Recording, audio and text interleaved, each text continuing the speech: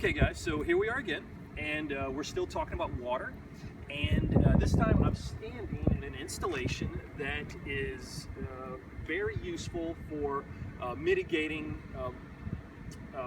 water and cleaning it rather than introducing it back into native water systems. This is called a bioswale. And a bioswale is nothing more really than an engineered ditch, right? A swale simply means ditch, bio means life, so we have a ditch that's full of life. The purpose of this ditch is again to act in a sustainable way towards water.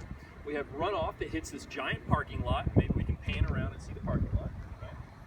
And so as all of this water hits the parking lot, it drains down and eventually enters this bioswale through this curb cut. So you can see that the curb goes down, allowing a nice drainage path in. These rocks are here to decrease the velocity of water so that as water comes in, it doesn't erode. And then water comes in and will sit in this area and be cleaned, not only by the soil infiltration process, but it will also be cleaned by this vegetation behind me. So this vegetation behind me is something that's called native vegetation. Just like the word implies, native vegetation is vegetation that is already in the environment that hasn't been brought in from outside sources. So that makes this vegetation very hardy. It makes it be able to survive on little water because it's used to the environment and under the natural conditions of this particular environment, of this particular area in the world.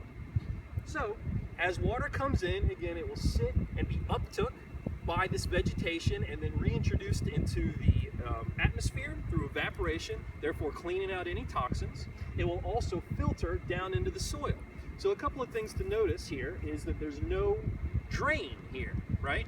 So that means that we've got water that is filtering naturally through the soil before it re-enters the water system. This style of vegetation, of landscaping, is known as xeriscaping, okay?